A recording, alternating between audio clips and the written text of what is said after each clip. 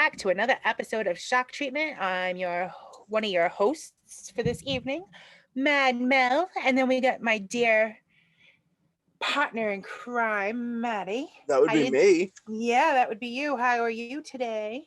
I'm doing all right. I don't know if I like to be, called the partner in crime. That makes me an accessory to anything you might be doing over there. You know what I mean? Well, I'm not doing anything wrong except for, turning my house into the lair of Pennywise.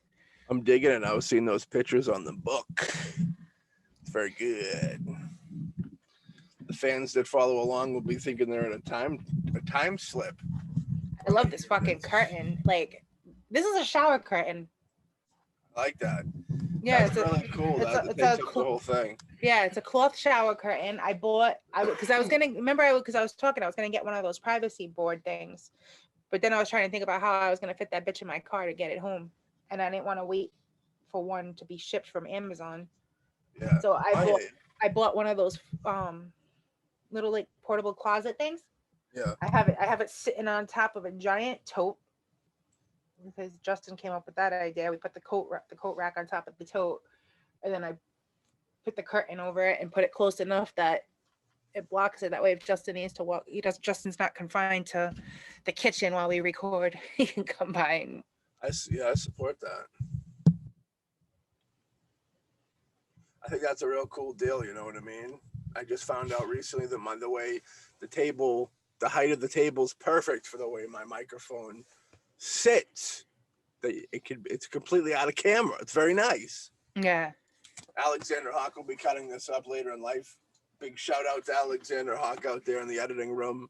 We're thinking of you, buddy. Good. We'll keep up the good work. Right. And my cats are sitting behind me, poking at me through the curtain now. So today we have a wonderful guest with us. You know what I mean? Yep. This is a gentleman that when I think of like king of the independent underground filmmakers, I have to think of this gentleman because he was somebody who I feel like when little independent horror filmmakers are dreaming of being, big filmmakers, big independent horror filmmakers, they look up to this man. There's a dream that they look up to and they go, wow, it could really happen. And that's this gentleman right here, our boy, Mr. J.R. Bookwalter, director of films like The Dead Next Door, Ozone, you know what I mean? Robot Ninjas up in the building. A lot of fun films. What I mean a lot, I mean a lot of films. There's something for everybody in his catalog that he's been a part of.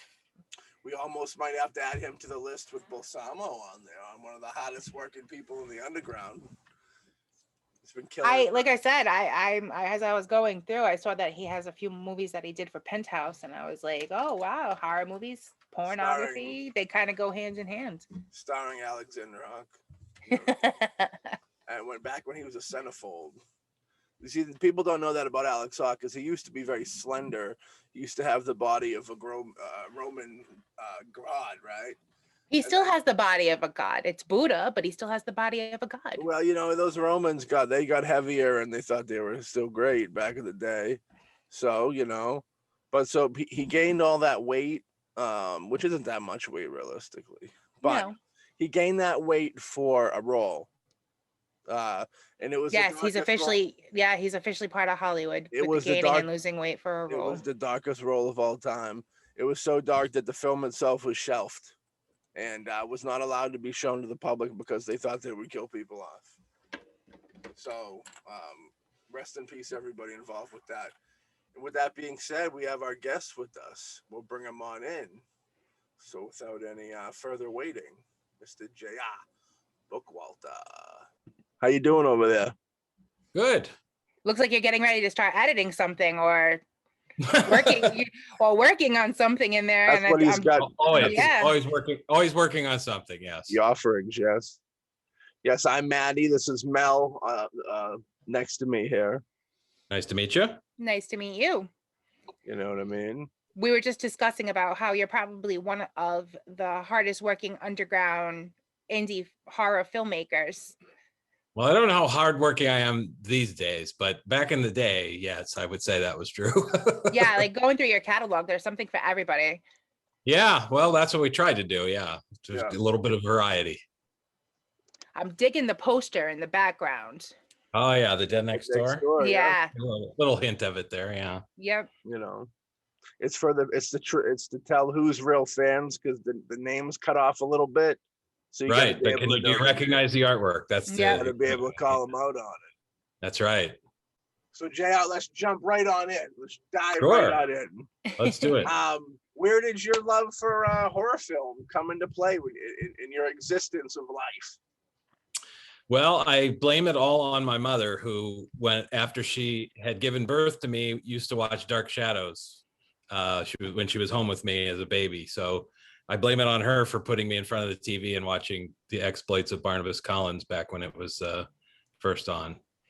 I got to admit, that was a pretty dope show. Yeah, I mean, that's, hey, if you got to be raised on something, she raised me right, for sure. So but that was probably the beginning, and then I kind of veered into science fiction a little bit. I would watch a lot of Godzilla movies on Saturday afternoons, and I was blessed to be raised in Northeast Ohio, where we had a ton of like horror host kind of shows. We had Big Chuck, or Houlihan and Big Chuck, and we had Super Host, and we had the Ghoul for a while, and so there was tons of, they would play all this stuff. So it was very easy to be influenced by those kind of movies, science fiction, horror, fantasy, all that kind of stuff. You're saying that makes me miss the Creature double feature days when we were growing up here. One of the local TV stations used to show all the old Godzilla movies and whatnot on Saturday afternoons, and like that was like the best thing growing up.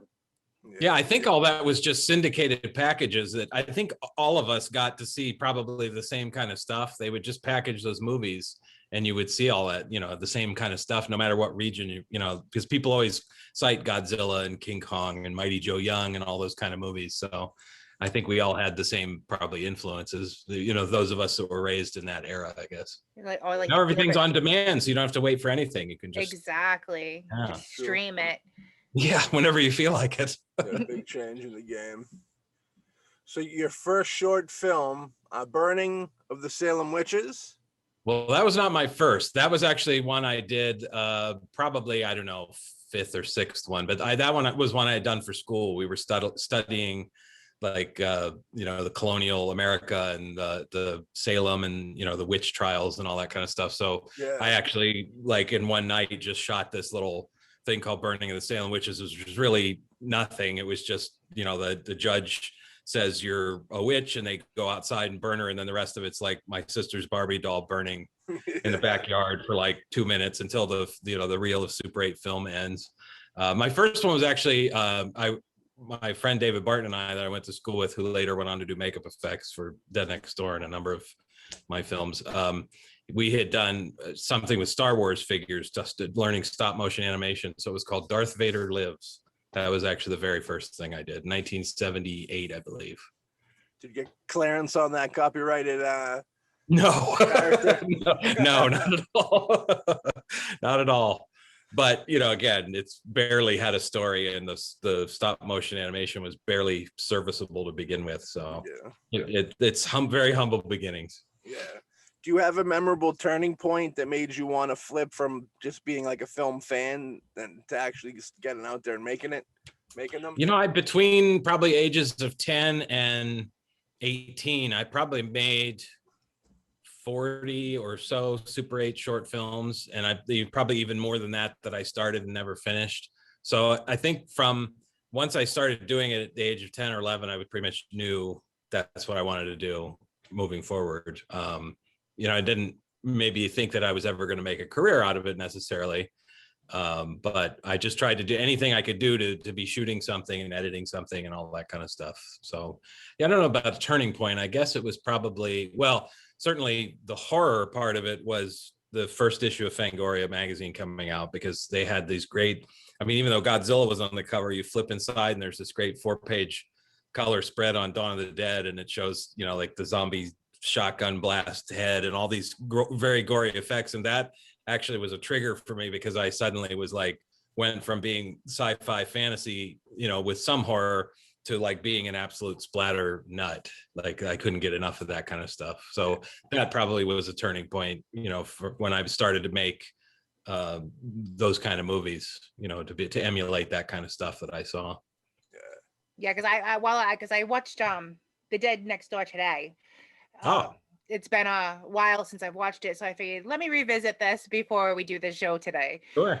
So I'm watching it and I'm like, wow, this really does. It has a lot of vibe of the Day of the Dead and like Dawn of the Dead. The way the characters interact with one another, was that a big? Did those movies play a big part?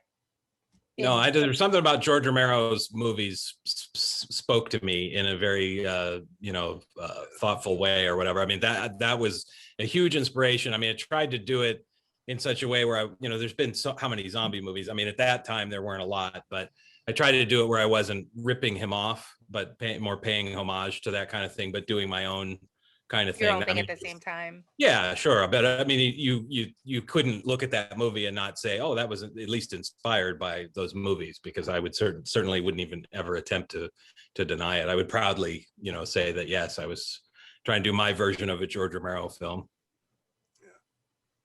I think you succeeded with that, though, because thank you. It definitely had. You could feel the presence of those two movies.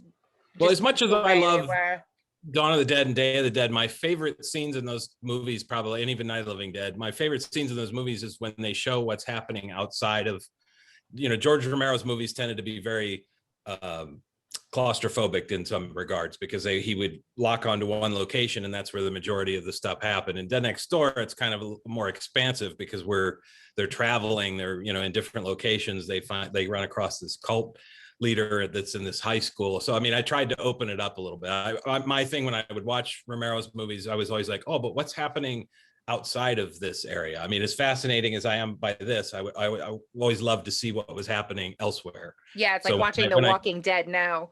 Yeah, exactly. I mean, that's been done to death now at this point, but at the time that I made Dead Next Door, it was not, even a movie like Return of the Living Dead, which came out the same summer as Day of the Dead, pretty much took place primarily in two locations that were next door to each other. So even that was sort of followed the Romero formula of keeping it, somewhat claustrophobic. Yeah. So that was my big goal, I guess, when I set out to do it. I wanted to do it that way, but open it up a little bit so that you see a little bit more of the world around these characters.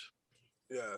And when George was out of Pennsylvania and you guys were out of Ohio, it's kind of like like kind of small town horror in a way, you know what I mean? Not quite city-like. So I think that whole vibe of it is, it shares that in common, that feel of like, there's something about the Midwest. I mean, they call this area the Midwest, even though physically it's probably more Mid-East, but there's something about being raised in this area. I think that sort of it's just something in the water. I don't know what exactly it is, but it's definitely very inspirational. I mean, the same way that he came up and he had watched all those, giant bug movies and all that kind of stuff growing up. And that was the stuff that he was into. And he put that kind of stuff into his regional movies. That was kind of what, I watched his movies and all the stuff that he was inspired with. So it was kind of third, time removed kind of a deal. But yeah, it's something about the regional kind of thing that you don't get it like the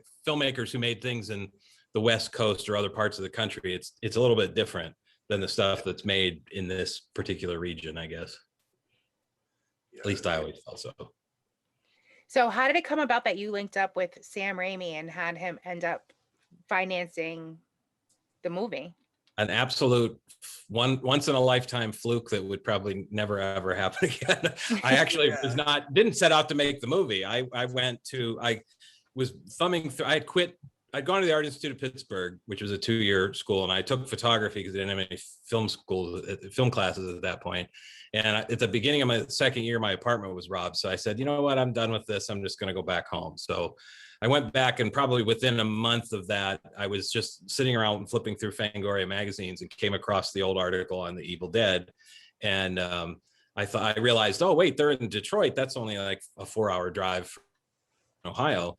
So maybe I'll just look up their number. And it was Renaissance Pictures, called Directory Assistance, got the number, left a message on the answering machine, which that tells you how long ago that was, that there was such a thing called an answering machine. And to my surprise, a few days later, I got a call, and it's like, can I speak to, JR Bookwalter? And I'm, yes, this is me. And he's like, this is Sam Raimi. And I'm like, just about fell out of my chair, because that doesn't happen every day. And so my thing was, I pitched him on, hey, I hear you're starting Evil Dead 2. Can I get involved in some capacity as a production assistant, whatever? I'll get you coffee, anything. So he's like, why don't you come up here and we'll meet and we'll talk and we'll see what, can happen. So I dragged my Super 8 projector and a small selection of my Super 8 short films up there. And he sat down and watched them. Even as he started watching them, he made me stop at one point and rewind it. And he brought in Rob Tappert and Bruce Campbell and Scott Spiegel and Josh Becker, all these guys that were they shared office space together, and made them watch the stuff too. And so at the end of this whole conversation, he was basically like, well, what are you going to do now? And I said, well, I'm hoping to work on your movie in some capacity.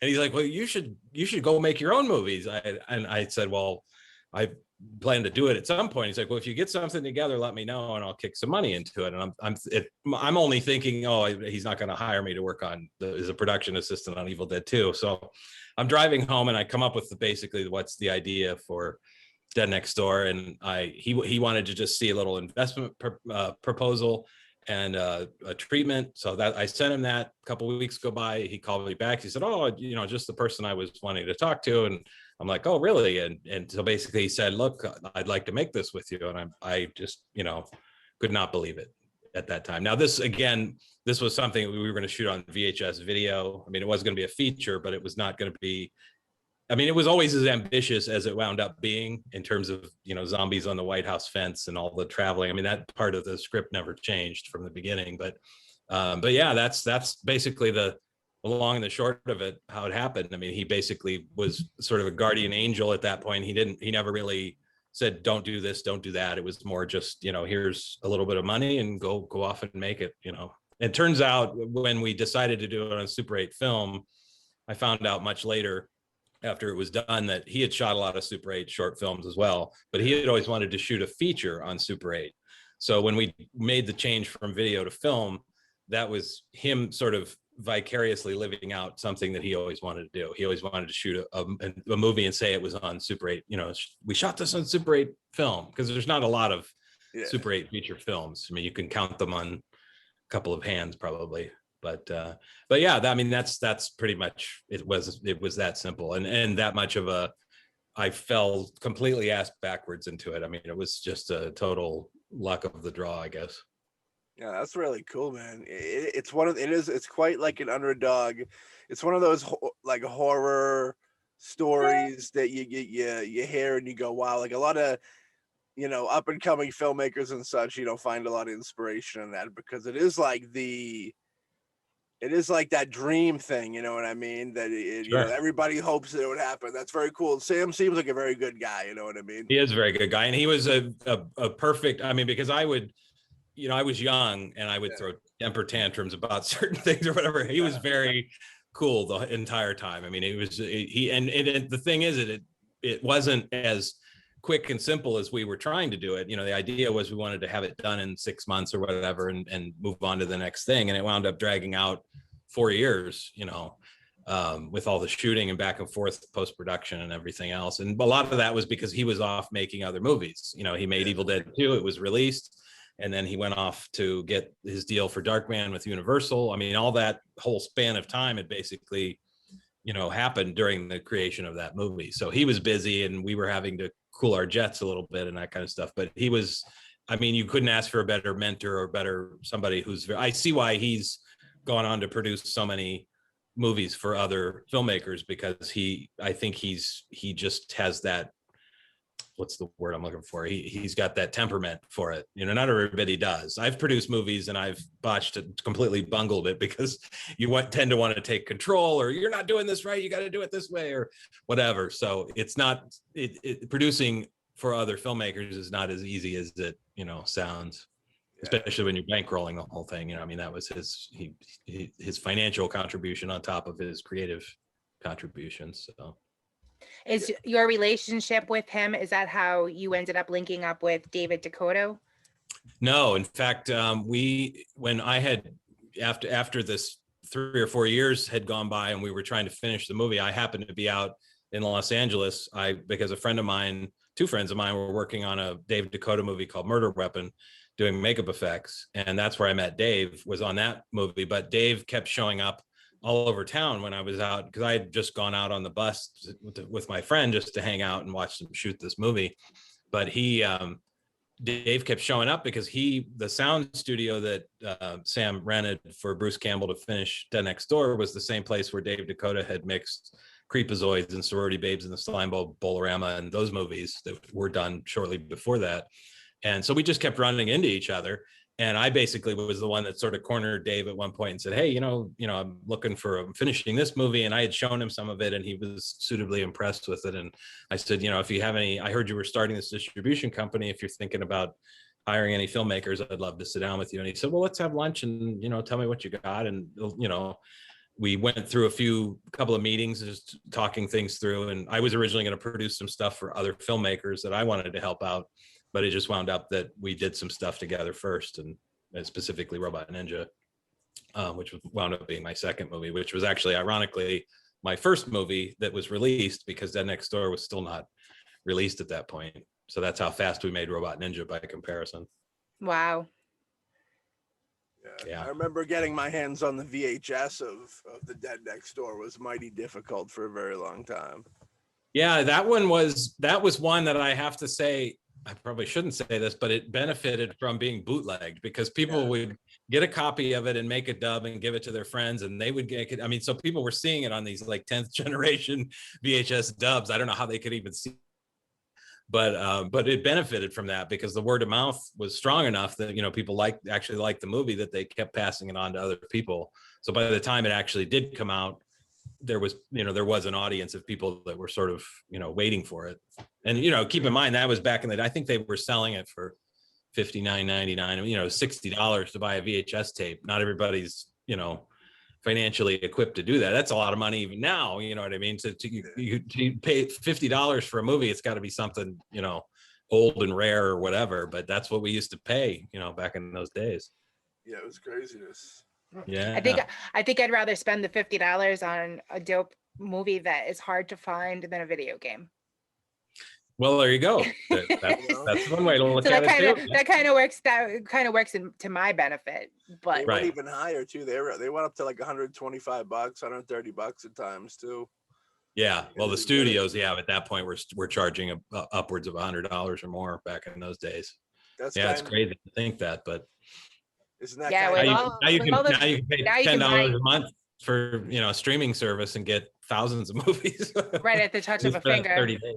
Yeah, that's how the VHS stores would survive. They'd buy the $100 tape, so the community wouldn't have to, and then they rent it out a bunch of times. You know what I mean? Yeah, exactly. The rental played a big part in getting your films out there. You know what I mean? Yeah, I mean, well, Dead Next Door had a great cover, which I have to say unfortunately didn't have anything to do with. That was the original distributor, but they made that zombie makeup, and of course it was inspired by the movie with the muzzle on the zombie, but just something about, I've noticed, even if you go back to the original Evil Dead 2 poster, that's actually Bruce Campbell's eye in that skull. Something about when you do like a face like that with an eyeball, and it's the same with the Dead Next Door poster, which is looming over my shoulder here, but it draws you in like immediately. It's just something about that. It's like a great way to hook somebody, and that's what happened. I can't tell you how many times I hear people come to conventions or whatever, and they're like, oh my gosh, I remember this from the video store shelf. This box cover scared me or whatever, So that's a big part of it, is the how it's marketed. It wasn't marketed like you see so many zombie movies nowadays that you could look at 15 of them lined up on a video store shelf. They all look the same. There's no variation. They're all heavily airbrushed and all that kind of stuff. But that one kind of stood out. You know what I mean? I think that's why it's survived as long as it has. You know, you got Bruce in there for Robert Tapert. Does he have a cameo as a one of the police officers as well? Rob wasn't it. Rob actually kicked in a few dollars towards the end of it, so he had a small financial investment. Scott Spiegel was in it. Okay, Josh Scott, Becker. Scott's ex-partner Josh was in it originally, but his part had to be reshot with somebody else, and he couldn't make it. But he was in there originally. And then, of course, you got Danny Hicks from Evil Dead 2. He did one of the voices. Yeah, the late great. Yeah. So there was a lot of the people that Bruce and those guys knew that came in to do voices when it came time to dub it. Yeah, I always appreciated that about Sam because he would help out the whole crew. There was Josh Becker, I believe, was also a filmmaker. Yes. Sam kind of had under his wing a little bit. Yeah, for sure. You don't see that a lot. It's very cool to see him because he got that, he broke in and he had that umbrella over him. And it was cool to see him help out other filmmakers for sure. Yeah, I mean, those guys all kind of were a lot of them are in high school together or they met later. But still. Yeah.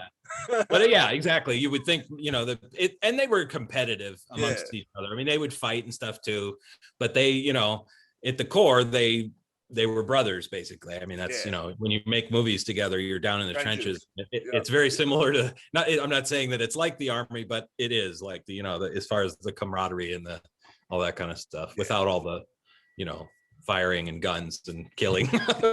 Some killing, but a different kind. The killing, right. How was it to work with and direct Bruce Campbell?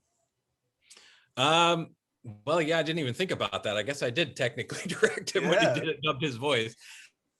I mean, Bruce is great. It's funny because he's another one that his temperament is so just laid back. And when he was hired to do this post-production gig, I mean, he was between acting gigs and I'm sure he was just doing it for the money, but you would never have known it because he threw himself into it. And we had to do everything from scratch because none of the audio was usable. So not only had to dub the movie, the characters' voices, but he had to build every single sound effect from scratch. If somebody's carrying a gun, you got to have that sound. If the footsteps, you got to have that sound, the eating the guts, all that stuff. So, I mean, he did a lot of that stuff himself, in that sound studio. It was him and the engineer, and he would rope me in and say, get up there and make some gut eating noises. Most of the a lot of the zombie growls and that kind of stuff is me, but he was great. I mean, there were times where because I was young and naive and stupid, I would not get my way. Like Bruce had a tendency, we would fight over the music, and I wrote the music, and the music is not particularly like great. It's not like a John Carpenter score or something. But at the time I kept wanting him to turn it. We would fight over the fader, essentially, the mixing board. It's like, no, turn the music up more. He's like, no, bring it down. Yeah. And I still don't think I've made some adjustments to the mix over the years now that Bruce isn't there, bringing the faders down. I can bring it up myself, but so I won that battle eventually. But he was I learned so much from him. I mean, that's really the big thing is just in how to do stuff and how that whole post-production process. I mean, I carried that with me literally the rest of my life. And even now, I mean, I do a lot of post-production work on other people's movies, and I'm kind of known amongst the group of people that I do this work for as the cleaner, because they all somebody else will screw something up and they bring it to me to fix it, essentially, because I'm the guy that knows how to do all this stuff now. So, yeah. So, but no, I mean, Bruce was fantastic. I have nothing bad to say about that. Bruce is a good guy. He is. He's a guy you see him in interviews, you see him in his roles. I mean, that's exactly how he is. Because we would drive around, there was a Thai restaurant we would go to next door to the sound studio. He would take me to lunch and stuff. I mean, he doesn't change. He's the same guy. That is Bruce Campbell. He doesn't just put on that act for the fans. That's just how he is. Have you gotten involved with the convention scene? Do you go to do any of the conventions? And well, not in the last year, but then almost nobody has been in the last year. Yeah, I mean, I used to go to them all the time, and then there was a time period, I guess, when I moved back to lived in LA for about 10 years. When I moved back to Ohio about 15 years ago, I kind of stopped doing them, or wasn't doing them as much. And then over the last probably 5 years or so, I've started doing them again. And I mean, I personally maybe I won't say that I don't like them, but to me, as being behind the table, I feel like I'm at a flea market or something, like where you got to, because I'm not an aggressive salesperson. I'm not going to stand there and go, oh, you got to get this movie. And, I'm just kind of like, here's the stuff. If somebody wants it, you can buy it. I'm very passive when it comes to the selling this stuff. So I know some guys that are just like, they'll just grab people as they're walking by the table and suck them in and say, oh, do the whole pitch. And I'm just not that one of those people. So for me, I mean, it's nice to meet people, but I don't necessarily like the flea market aspect of being a vendor per se. That's not as much fun. But when people come up and start talking about the movies or whatever, that stuff's all very cool. And everybody I've ever met at a convention, such nice people and very cool people. I mean, I really don't have any bad convention stories. And at this point I have done, I don't even know how many probably, but yeah. So they're fun. Did you have that moment when you realized how many people actually, really care about your work? And you know what I mean? Well, I've never been comfortable autographing stuff, and I don't charge. Unlike everybody else, I know a lot of people charge $20, $30, $40 or whatever. I've never charged. It's like, if you want to buy a copy of the movie, I will sign it. If you want to bring your copy from home, I will sign it. I'm not going to charge you unless you actually want to buy the thing from me. But it's still weird for me. I mean, even today, like when somebody asked me for an autograph, I'm like, I feel like I shouldn't be like, what is this? Why do you want my autograph on this? So and it's been, 30 some years at this point. So it's still strange to me, because I was a fan and I was never a big autograph person. So maybe that's part of the reason, I never felt like I've gotten autographs over the years, from people, Romero and Tom Savini, people like that. But I'm not an autographs guy. Like I have to have everything signed. Some guys they'll buy 2 copies of stuff and they want one signed and one sealed. And you know what I mean? It's like, and I get it, but it still feels strange. You know what I mean? After all this time. It's a lot of money going around. Yeah. When you bring up the composing and wearing multiple hats, you think that was more like it started off more of a budgetary thing to kind of cut costs? Or do you think, I think everybody can agree that the more the director, if you will, the storyteller has his hand in everything, the editing, the sound, the more it's his story. Do you think is it more for that reason or more for yeah, I'm a pretty hands-on person. I like to do all kinds of stuff. And Dead Next Door, I'm in the movie. I was doing like explosive squibs on people. I was producing it. I obviously wrote and directed it. I edited it. So the score, by the time it came to that, we had early on had tried to solicit local musicians and stuff to do.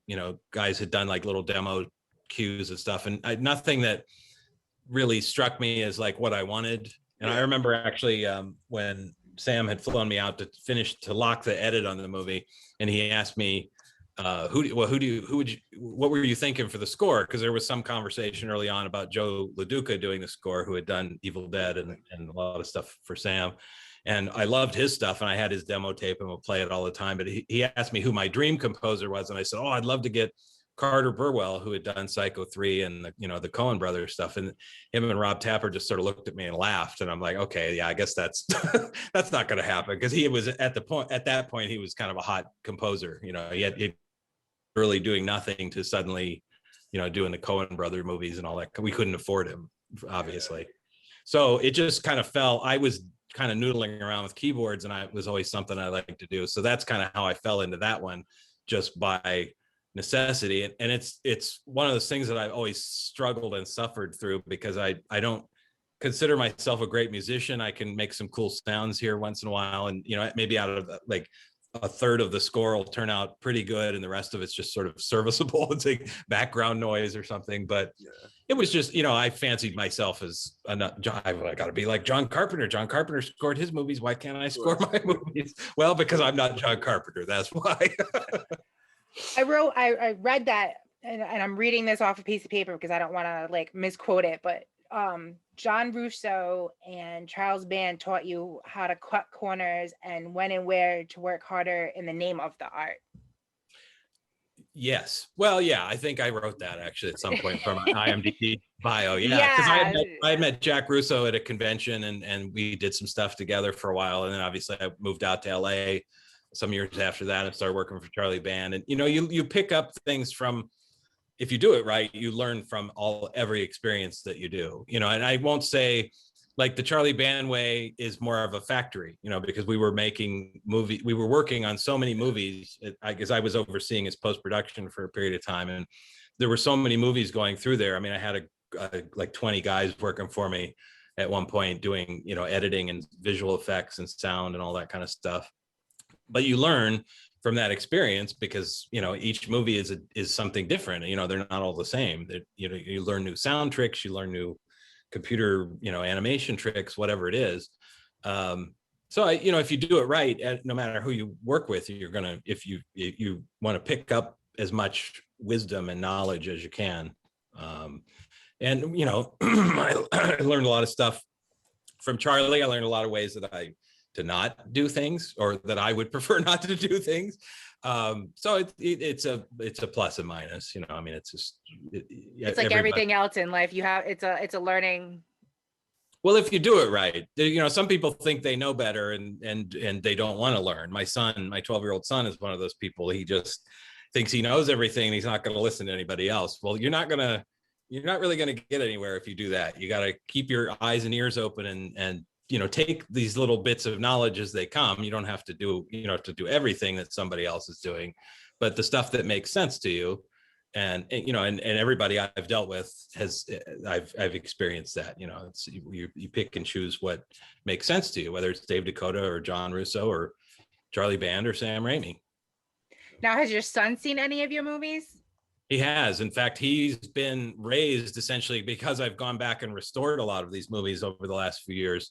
He's gotten to the sort of a front row seat because as I'm sitting in here all these hours away from my family, because I just work from home, he's in the room watching what I'm doing. And he's actually, some of the discs that we've put together, like we did last year, I did this Ozone signature edition where it's got the slipcover and all that. He actually packed up some of that stuff and I put him to work. I paid him for it, but he's actually gotten involved in that capacity too. So he's into it. I don't know. I mean, he's made some little short films with his friends, just around the house and stuff like that. A little budding filmmaker. Well, could be. I don't know. Right now he's a little all over the place. Like he's still trying to find himself. By his age, I kind of knew what I wanted to do and I was doing it. I think he's going to take a little bit longer to figure it out, but he's into that. I mean, he likes the stuff. We had screenings, theatrical screenings of Dead Next Door and Robot Ninja after they were restored, and he got to go sit in the theater and watch them, just like everybody else. And I think that made a big impression on him too. Yeah, it's always a different vibe when you see a movie in the theater as opposed to watching it at home. Well, especially I think even though he had seen most of Dead Next Door, I didn't want him to watch the whole movie from beginning to end because I wanted him to have that theatrical experience, because that, most people have seen it at home on a TV or whatever. And I think he was a little freaked out in a few spots. Like he was still young enough that he was like, a little intimidated by it. Yeah, watching through his open fingers. Like. Yeah, exactly. Even though, his mom and dad were sitting there, he still was a little freaked out by it. With the way Hollywood loves to reboot movies these days, have you ever thought of doing like a modern version?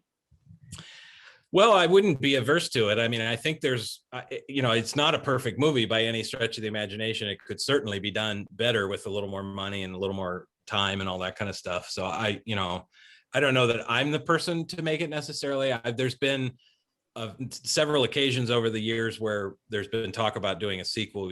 I had an old treatment, and then we had a script for a sequel, and the couple times they've gotten close to being made, but for one reason or another, it just didn't happen. But I had an idea a few years ago for a prequel, actually, which would go back and sort of set the stage for where the first movie comes in. That I might do one of these days. I don't know. We'll see. But that's a little more doable, because all of my ideas for continuing that story or rebooting it, obviously, would be much bigger. You got to have more money and more time, and bigger actors. If you didn't do it yourself, who would be your dream director or whatever to bring in to do it for you? Oh man, geez, that's nobody's ever asked me that question. I probably, who would I want? Wow. that's still working and around. Well, Guillermo del Toro certainly would be a good one. Robert Rodriguez, that he'd be, you know, I think he'd do a great job with something like that. Yeah, I don't know. I mean, it's hard to say. I just put you totally on the spot with that one. Yeah, that came out of left field for me. Nobody's ever asked me that question. So, Do you remember what originally sparked the idea for Robot Ninja? that whole project came together so fast. Yeah.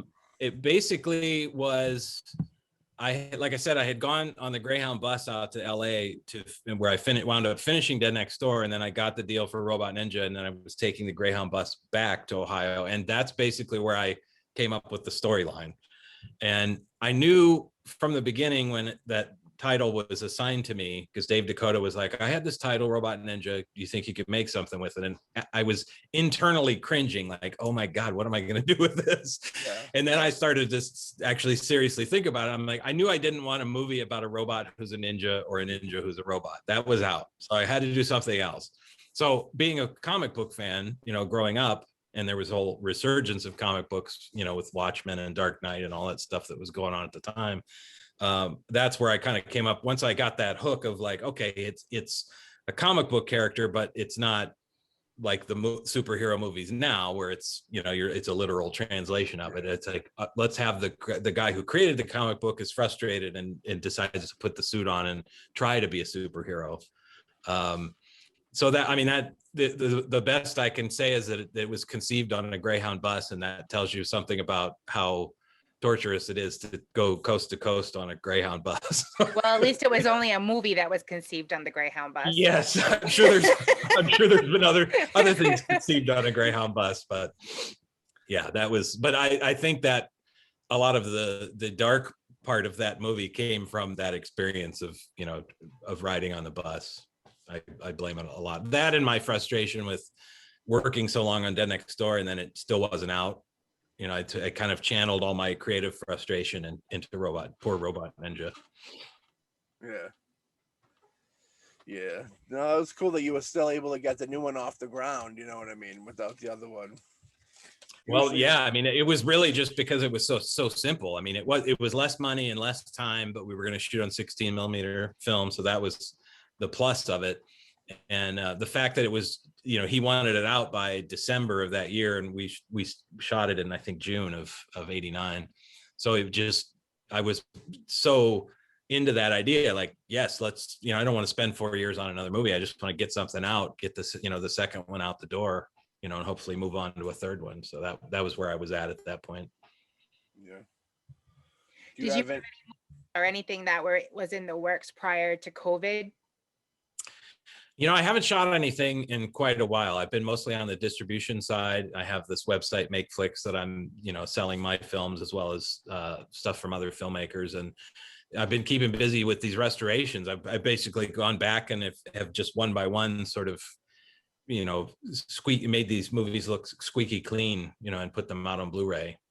Dead Next Door was first, and then I did Robot Ninja. Skinned Alive was just released last year, as well as Ozone, which was a later one that was shot on video, and just kind of making my way through the back catalog, kind of revisiting the movies, but doing hopefully trying to clean them up a little bit because they were never very well represented back in the VHS days. We never had enough money or technology or time, that they're the same movie, but they're just a little bit cleaner and more palatable for, because an audience today expects something a little, Yeah, I was gonna say, now you get to open it up to a whole new audience as well. Yeah, and that's the thing. That's the crazy thing is there's this whole group of collectors now that just they love this stuff, and that they, it's, of course they consider it vintage, which makes me feel old, but but God bless them, because it's there's the group that remembers the stuff from the went from renting it or whatever back in the day. Plus there's all these new guys that are so hungry for new stuff. They don't want the Hollywood stuff. They want to see, this old stuff. Like, what, Robot Ninja? I never heard of this movie. What is this? So it's great because there's, that you can have it both ways there. And I think the stuff is being treated more fairly now than it was when it was first released. A lot of these movies were just critics were so dismissive of them. And, you know, if they were reviewed at all, they were more ignored probably than anything else. They would just go straight to the video store shelves and then disappear. Even though we had a lot of, back in the day, it was magazines, you know, you had a lot of magazine coverage of the stuff. And I've got boxes of old clippings and stuff like that. So it's not like they were completely ignored. There was always fans for the stuff, but I think they're treated more, what's the word I'm looking for? They're treated with more respect, I guess, now than they were back in the day. They're not treated like Rodney Dangerfield anymore. Yeah, no, exactly. Exactly. That's a very good analogy. Yes. Yeah. Well, Tempe Video there, to close their doors, was it like 2 years ago or a year ago? Yeah, that was when I started. I kind of just mainly didn't want to be the type of distributor I was picking up a lot of stuff, and I just kind of didn't want to do that. I wanted to keep the stuff alive. I kind of created Makeflix as a hub to find a new way for independent filmmakers to kind of rally together and get the stuff out there, because, you know, the market has changed so dramatically, where, you know, VHS tapes on a video store shelf. Now you're just trying to get, you know, people's eyeballs on streaming, or get them to buy, you know, it on DVD or Blu-ray or whatever. But you've got all these corporate, you know, monopolies sort of blocking the way, that, you know, between you and the audience, the Amazons of the world and the Netflixes of the world and all that kind of stuff. So I just wanted to try and create a new boutique outlet to where we could deal directly with the customers and the fans that are looking for these kind of movies. So that's what I've been. I mean, it wasn't so much that I guess I really haven't killed Tempe, because even though I did kill it, it's still, you know, it's still around, because I'm restoring, still releasing them. But I don't know that there'll be anything new, you know, under that name. But yeah, it was just something I felt was time to. I kind of had run its course. You know, I'd released everything on DVD, and it just felt like time to try something a different way. I wanted to make the transition to Blu-ray. That was kind of the main impetus to do it. Yeah, with the streaming thing, you're paying it forward like Sam Raimi himself.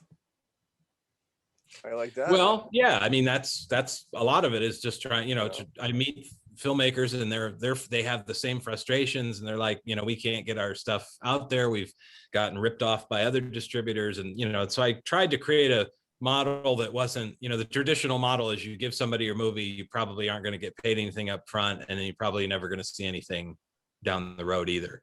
And I know a lot of filmmakers that's happened to. I've always tried to keep more control of my stuff, and so that I don't have to, you know, the downside is you wind up selling less units, but it's more creatively satisfying. You're maybe making less money, but you're not feeding somebody else's machine either at the same time. So the system I have now, you know, I'm not licensing the movies. I'm just working with the filmmakers, and every time they sell a disc, they get money, you know, and they're giving me the discs. I'm selling. It's more of a consignment model, I guess. And, you know, most of them are very happy. I mean, nobody's getting rich off of it, but they're getting the stuff out there, and they're introducing it to a new audience, and the customer base continues to grow. You know, people are more and more people are finding it. And last year I had a great second year with Makeflix, because we released some really good stuff, and you know, that just the momentum. By the end of the year, we did this SOV 6-pack, which was going back to some of the lesser movies I had made and repackaging them. You know, they were all restored and cleaned up and all that stuff with new extras, and put it in this, like, almost looks like a Happy Meal, you know, like a horror Happy Meal box, and people just went nuts for it. And I was like, wow, you know, these movies were treated so disrespectfully back in the day, you know, 30 or 25 years ago, whatever. So, but yeah, that's the idea, is to try and just, you know, help other filmmakers get their stuff out there too, and just pay it forward, like you said. I mean, that's what it's all about. Yeah. I don't know. I think with me, I think like too, like I like the gore factor better in the older movies, like, or, you know, people love to say the B horror movies. I love the practical effects, because you know, that, I don't know, just something about the blood and the guts when it's a practical effect as opposed to CGI. It's just a lot more gory to see somebody. I mean, you know, you want, it's fun trying to watch somebody bite into like a rotten sausage or something to make it look like an intestine. Or well, there's something about it too, that it's almost like you're on the edge of your seat because you don't know if the effect's going to go bad, and that happens a lot where you shoot something and it's like, well, that didn't really work, but we'll edit it this way, or we'll do what, you know, we're with CGI, you can make it look so perfect. I mean, relatively perfect, that it doesn't have that. You're just watching it and you're just like, well, okay, yeah, that was cool, I guess. You know, it's just, you don't have the same reaction to it. If you watch some, you know, like some neck bite in Dawn of the Dead or these older movies, you can tell that they're actually, somebody was on the set going through that and probably getting accidentally bit or whatever. You know, it's just, it feels more realistic. I don't know. I sound like an old man. It looks more realistic. Yeah, I think so. I mean, and it's somewhat not more dangerous, but it's more, it just has a more of a I'm losing the word that I'm trying to say, but it just natural. Yeah, it just feels more right. I don't know, I guess. And you're just, I mean, even you see movies now where they don't even bother to, you know, do squibs, because it's all just, you know, you shoot somebody in the head and it's like, and you know, it's not real, obviously, but it's not even a squib. It's just all computer generated. Right, yeah. And it just doesn't, I don't know, it doesn't have the same realism. Doesn't have the same effect to it. Well, because now we're at I mean, with movies like Avengers Endgame and all this stuff, I mean, I like that movie for what it was, but it's just, we've reached a point where it's just, they can literally create anything. So now there's not really any surprise. It's like when you see some huge like planet, you know, or universe ending kind of thing, you're just sort of like, yeah, that was cool. Yeah. But you know, it's almost too big and too grandiose. You know, I don't know. Yeah, there's just something about like trying to fight and, you know, come up with the money just to do an indie film, as opposed to being handed millions of dollars to put out the big budget. I mean, because when you have that, and you see the end credits of these movies where the credits are almost as long as the movie. Oh my gosh, like so many people, it takes so many more people to work on these computers that it's insane. I mean, you know, we had some of the movies like Dead Next Door, we had probably 35, 40 people, you know, cast and crew, something like that. That was a big cast and crew for a little movie back in the day, but that's nothing compared to, you know, we had to pad out the credits just to make them long enough because everybody was getting 2 and 3 credits. But now it's, you know, these computer artists, it's just insane. Yeah, it was good when Tempe closed. It was very sad, but the one thing it was cool to kind of see the fans show love and appreciation throughout all the years. I mean, cool. I was very humbled by that, because I hadn't done anything in a while, and I had, even the distribution stuff had kind of fallen off, and it was really just, for me, I just wanted the closure part of it, but just to see so many people come out of the woodwork and go, you know, we remember this stuff so fondly. And, you know, I'm like, the movies aren't going anywhere, guys. The stuff's still going to be here. You'll still be able to stream it. You can still buy you know, I wasn't taking anything away from anybody, but it was just nice to see that so many people remembered the stuff, you know. That was cool. You've been in the game for many years, and we often hear people talk about how things have changed. What are some of the most drastic changes you've seen in, you know, making your film and releasing it to the public over the years? Well, I think the biggest one for me, you know, there when I was making this stuff, and I'm going to sound like a grumpy old man, but you know, there was like legitimate challenges, and I'm not even talking about, you know, when I started, I was shooting on film, and that's its own animal, because you have to shoot it and have a lab, you know, process it. You don't even know what you're going to get until you see it, you know, that kind of stuff. There was something more physical about it back in those days. You were actually touching the film, you were cutting the film, you had to think about what you were doing. You know, I mean, now it's all so snip, snip, snip, snip. You just put it in a timeline and you can move clips around. You can put all these filters and effects, and it's frictionless, really. I mean, that's what I'm trying to say, I guess. You can do anything, so, you know, you don't really have to think, you don't have to suffer for your art necessarily. I mean, there's always the financial suffering, like, oh, we don't have any money, we're doing this for free, or, you know, cheap or whatever. That never goes away. But for me, the biggest challenge, and really, I mean, there's a lot of people making movies that probably shouldn't or haven't gone through the proper learning curve. You know, I mean, I shot a ton of short films before, and I learned, you know, I still, even by the time I made Dead Next Door, it's far from a perfect movie. I learned from doing that and took that knowledge to the next one and to the next one. And, none of them are ever perfect. That's the thing. It's like, it's a continual learning curve because every experience is different. You might have some money on this movie and no money on that movie. And, different scripts, different stories, different actors, different crew, all that kind of stuff. But I think for me, it's just, it's so simple to make. Anybody can just, anything that is shot with an iPhone looks better than anything that I shot 30 years ago, even without even any lighting. You just point it at anything and it's going to look better. So it's just, I kind of liked when it was a little more difficult and a little more challenging. And I think the challenge has kind of been taken away from it to some degree. So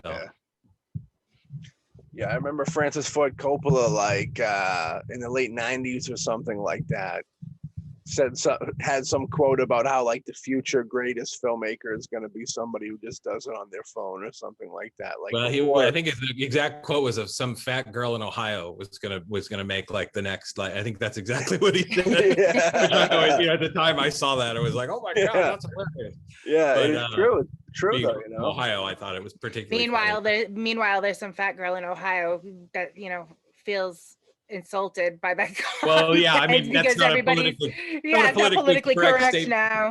He's a fat guy. You get the last laugh. It's like, hey, I'll be a little, I'm not the thinnest. I'll be the fat girl in Ohio making that movie. It's all good. Yeah, exactly. And Francis Ford Coppola is not exactly a slender man either, so he's got a lot of room to talk there. There's just so many people. They take everything to such a new level now with things being said and being politically correct. It's like, well, it's a little out of control. Yeah, a little bit. Like, it's like, and it's hard to think that a lot of these people grew up in the late 70s, 80s, like pretty much with us. And it's like, how did you survive growing up and you're this soft now? It's more of a now thing. Exactly. That's true. It's very true. Exactly. More of a now thing though. Yeah. But like, like, I would love to see somebody's like reaction to the movie now, as opposed to watching it then, like, just to see the reaction. Yeah. No, it's the times have definitely changed. Did you bring it back into the movie after talking about political correctness? I'm sorry, what was that? Oh, I was talking to Melissa. I know. I got confused for a second. No, I just like, I love to see people's takes on things. Yeah. Because like something that I don't find offensive, because there's not much that I take offense to, but if I don't take offense to it, you got Karen next door who will be offended by like everything in the movie. It's also, I think, a time and a place, same thing with like the way it's with music and stuff, like people that 20 years ago you listen to a certain type of music with them, and now they're dancing, crying to Taylor Swift. You know what I mean? It means something. Well, something different to them. I think it goes back to what I was saying too about how the filmmaking is so frictionless and easy now, but it's also that the political correctness thing. It's kind of the same thing, because I remember, when we were making these movies, we would pick on each other, like there were the core crew of people. We would tease each other mercilessly, find just every little flaw. And it wasn't, I would dish it out, but I would take it too, from other people or whatever. And we had nicknames for each other. Stuff that you probably wouldn't be able to say to people now, or not without getting the stink eye or the evil eye. But, that was just, it builds character, makes you stronger. Do you find like when you're editing these movies now to remaster them, do you ever come across something and you're like, oof, how is this going to work now? It's a little. I don't worry so much about that, because I don't want to change them so much that they're different than what they are. They are, just, you want to, like Robot Ninja in particular, when I restored that one about 1.5 years, 2 years ago, that was a real labor of love, because that one was completely botched it was kind of out of my hands, the post-production and everything. And it was never very representative of the movie that I felt like we had made, even though it's the same movie essentially, but, I went and did a whole new sound mix for it and fixed all the visual flaws. And when you see it, transferred, it's sort of like, oh my God, this movie actually, like the guy who lit it and shot it actually knew what he was doing. You know, I mean, it doesn't look like a, you know, as amateurish. It actually looks, you know, like a better movie compared to, you know, the way it was treated 30 some years ago. So I don't know. Yeah, I mean, it's riding a fine line, because you don't want to be, I don't want to be George Lucas and completely like start adding special edition scenes, and you know, you don't want to do that. You want to still keep it as the movie that people remember. Yeah, the And purity. but that's the thing too, is with these releases, you know, the other thing I'm doing is I'm leaving the raw VHS version on the disc as well. So if you remember the way it was, you know, with the FBI warning and the whole 9 yards, you know, the old sound mix, all that stuff, it's on the same disc too. So you can watch it the new way, or you can watch the old way. You've got both, you know, freedom of choice, I guess. I like that. That's cool. Yeah. Well, do you have any advice for anybody, you know, coming up that wants to maybe be a filmmaker? We usually give people advice to just kind of get a group of friends and go make something, but do you want to give those folks, or maybe someone that doesn't, even more rare, but wants to just distribute films? You know, maybe not want to make them, but get into the distribution game. You know, it's such a different world now, because you know, anybody can shoot something in an afternoon, finish it, you know, that evening, and have it on YouTube that night. You know, where that never existed. You know, back in my day, there was a magazine called Cinemagic where you were lucky enough, like somebody would shoot a little short film and send it to the magazine, and maybe you saw a black and white picture, you know, of what the creature from the movie, and a little like 2-line synopsis, and that's the best you could. You'll probably never see that movie because it's never going to get sold or whatever. So I don't know. It's such a. I hesitate to say I wouldn't want to be starting out now. It's on one hand, it's so simple to get started, but then there's so many people doing it that it's just so easy to just get overlooked. Like I've dealt with some newer filmmakers that I tried, you know, I thought I met them and liked them and tried to help them get their movies sold, and it's just, you throw it out there and it just literally like nobody pays any attention, you know, and it's heartbreaking, because it's like, you like the guy, made a good movie, and it's just, you know, why aren't people watching this? What is it going to take to get, you know, because there's so many, you know, we have how many streaming channels and services and all the, you know, there's just so many places that it's easy to get lost.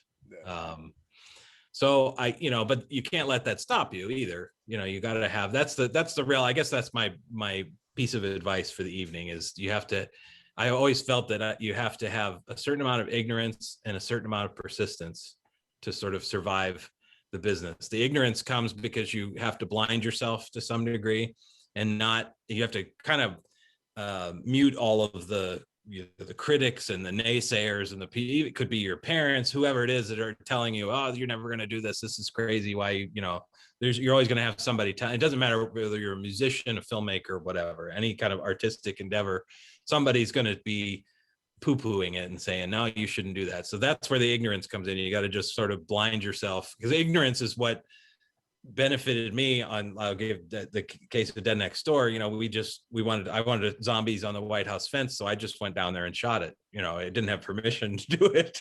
We just did it. You know, that's where the ignorance comes in, and it worked in my favor. Now, I do not recommend anybody try to do that now, because they'll be shot on sight. So I was just gonna say that. I even then I would have loved to have seen the reactions when you went up to film that scene. Well, we did get pulled over by the White House police, the Secret Service, the FBI, the CIA. They all came out to see us.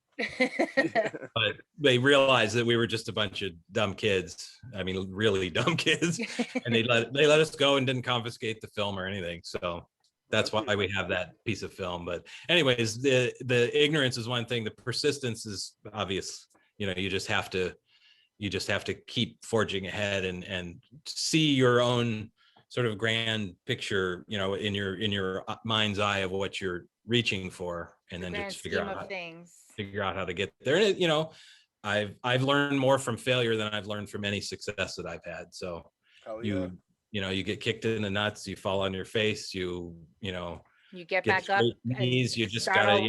yeah, you just gotta, or try it a little bit different way. You learn from the experience and say, well, I'm not going to do that again. I'll do it this way. You know, I don't that's think, what it, but that's the great thing too, because I think a lot of people that are in the filmmaking industry, if we allowed everyone to knock us down and make us not fulfill our dreams, there wouldn't be any movies.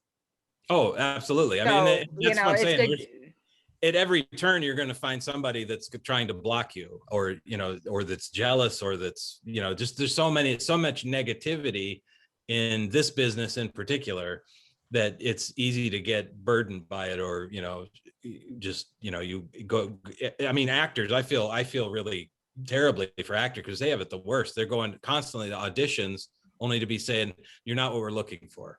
Well, what, you know, but the worst kind of possible thing, you know, I tried, the times that we've auditioned actors, I always try to have a little more sympathy for them, because they're just treated like cattle. It's like, oh, well, we're just looking for a certain type, and when we see it, well, that's the guy that's going to get cast. You know, it's a brutal business.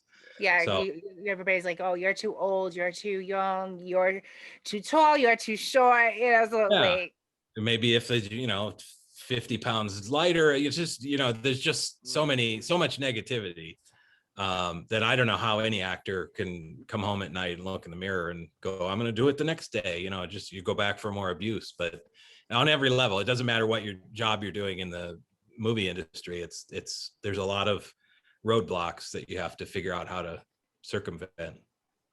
We do independent film over here, and I always tell the actors, I don't know how they can do it, because not only do you have that element of it, but in like the low budget world, you know, you could dedicate a year of your life and the film never come out, or you know what I mean, and all these other crazy elements that get added to it. It's just like, oh, I'd hate to be an actor. Horrible lifestyle. Well, I mean, and that's the thing. They have to have such lucky odds to get a role in the first place, and then you got to go through all the nightmares. You know, they're dredged through swamps, they're whatever. It's like you put them through hell, and they have to learn all this mountain of dialogue, and you know, I mean, it's that is a very brutal. That's probably the worst job in all of filmmaking, but it's the one so many people want to do. You know, and that's the thing. It's like, because all it takes is like one successful person, one Bruce Campbell or whatever, that comes out of it that you idolize and worship, and you know, it's all worth it. So when it's good, it's good. Yeah. You know what I mean? How did you like your stay with Full Moon? It was interesting. I worked for them for about 5 years. I learned a lot. Like I said, I learned a lot of what not to do, or what I maybe would try and do differently. The thing, I think the biggest thing is I learned from them how to polish something more, like how to, you know, I think prior to that, I never really thought, oh, that it doesn't really matter if I polish a movie up or whatever. It's people appreciate it because it's, you know, it's got those rough edges or whatever. And Full Moon kind of taught me that with a little bit of polish, you can make something that's, you know, that's treated more respectfully by, you know, if you want to continue making movies and make stuff that's a little bigger budget, or, you know, that kind of stuff. That was kind of one lesson, I guess, that I learned. But in the end, you know, they're a factory.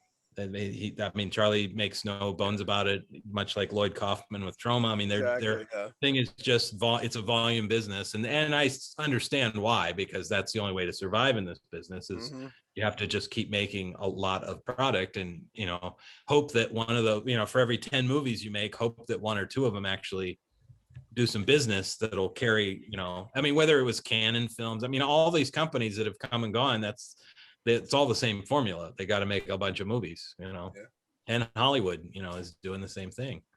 So, but yeah, I mean, it was, I think I left there at the time probably more bitter about the experience, and then looking back on it now and realizing how much experience and wisdom I gained, and you know, that it was a lot of fun. I mean, you know, I was getting paid for the real money for the first time in my life to work on movies, and that's, you know, that's a great thing. Can't beat that.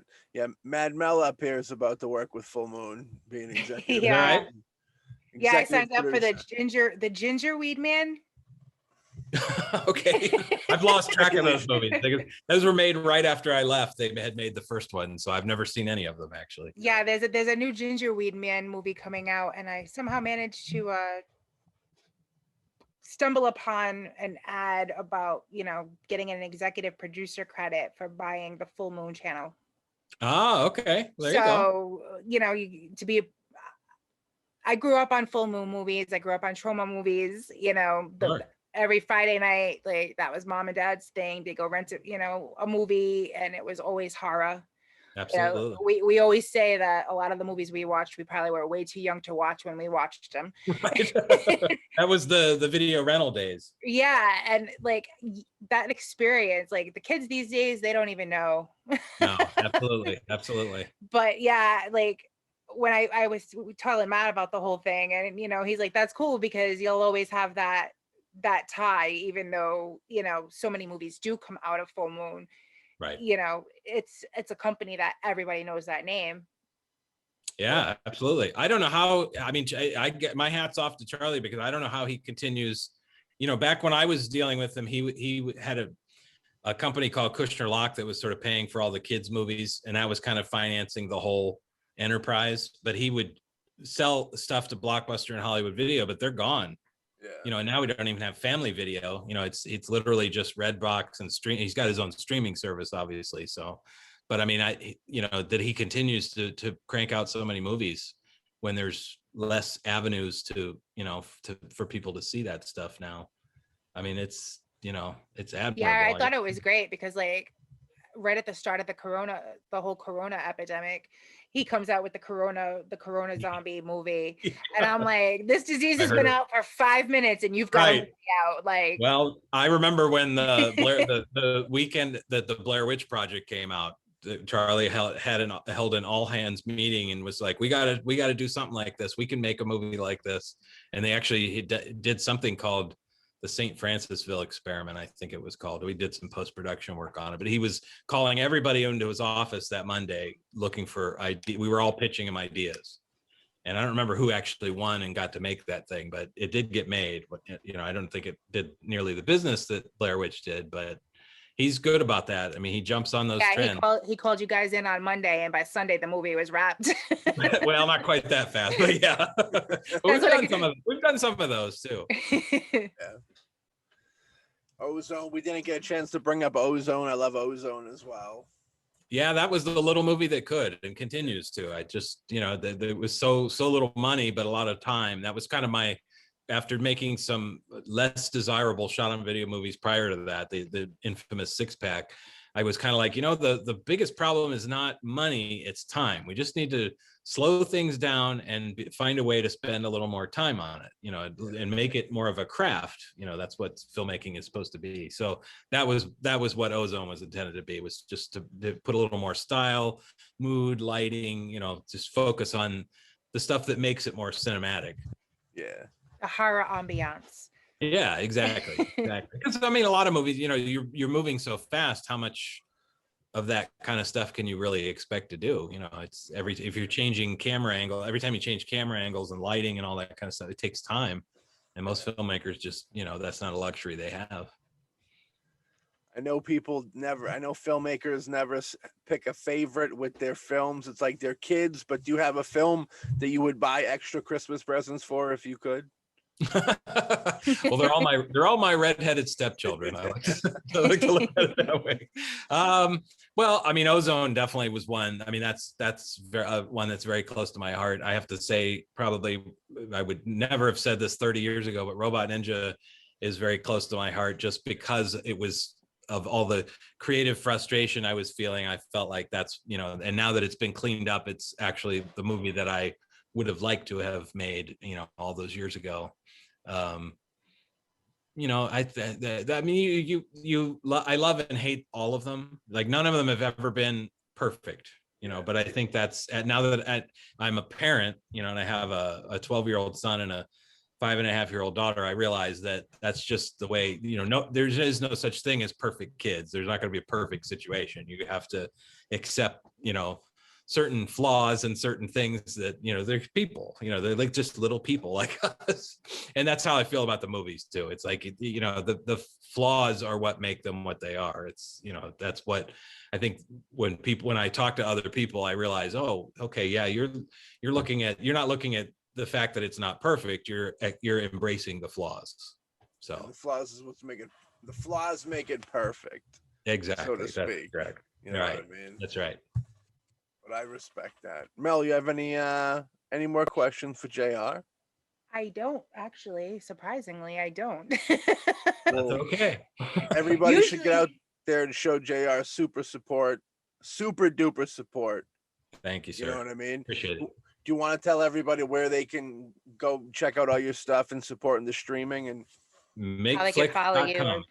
Yeah, makeflix.com. That's where all this stuff is available for sale. I mean, I sell a lot of stuff through other channels. We still do Amazon and things like that too. But if you go to Makeflix, you get a better selection to certain exclusive stuff that's not available anywhere else. And you know, you're supporting a growing catalog of you know, low budget independents.